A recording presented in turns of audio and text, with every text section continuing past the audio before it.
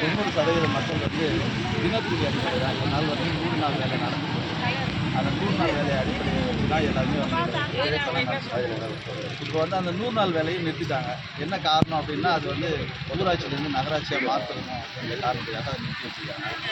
இது எதன் அடிப்படையில் வந்து பெரிய காங்கனாங்குப்பம் கிராமம் ஊராட்சியிலேருந்து நகராட்சியாக மாற்றுவதற்கு தேர்வு செய்யப்பட்டதுன்னு இது நாள் வரையுமே எனக்கு தெரியல.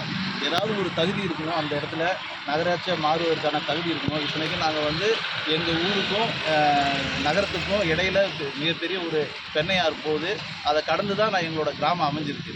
அடிக்கடி வெள்ளப்பெருக்கு ஏற்படுற இடம்.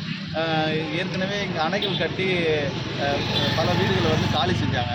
அந்த வீடுகளுக்கு இன்னுமே பட்டா கொடுக்காம இருக்குது. அந்த வீடுகளுக்கும் பட்டா கொடுக்கணும். சீக்கிரத்தில் பட்டா கொடுக்க முயற்சி செய்யணும்.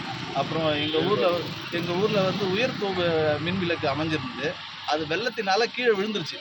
அது கீழே விழுந்து இன்னுமே சரி பண்ணாமல் அப்படியே இருக்குது. எங்கள் ஊரில் சின்ன சின்ன பசங்க 35 வயசு பசங்க, அவங்க கணவன் அவங்க பிள்ளைங்க, அவங்க மனைவி எல்லாருமே இன்றைக்கி வந்து அனாதையாக நிற்கிறாங்க. காரணம் என்னென்னா, அந்த இடத்துல இருட்டாக இருந்ததுனால அவர் அடிபட்டு அவரை போய் அரை மணி நேரம் வரலையும் யாரும் பார்க்க முடியல.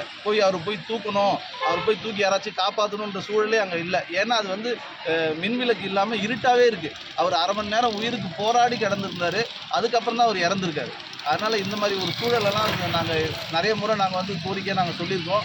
இப்போ வந்து அதெல்லாம் நடக்கலை அப்படின்ற ஒரு காரணத்துக்காக தான் இப்போ நாங்கள் மக்களோட திரண்டு வந்திருக்கோம்.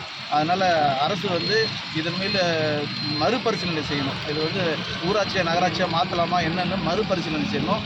அதுக்கு உரிய தகுதி இருக்கான்னு பார்க்கணும். அவங்களுக்கு மக்களுக்கு வந்து நிறுத்தப்பட்டிருக்கிற 100 நாள் வேலையெல்லாம் திரும்ப வழங்கணும். இது இல்லாமல் அவங்களுக்கு எந்த ஆதாயமும் கிடையாது. இதுதான் ஊர் மக்கள் பொதுமக்கள் சார்பாக நான் வேண்டி வணங்கிக்கிறேன். என் பேர் அசோக், இந்திய இராணுவம் ஓய்வு பெற்றவன், பெரிய காங்கனாங்குப்பம்.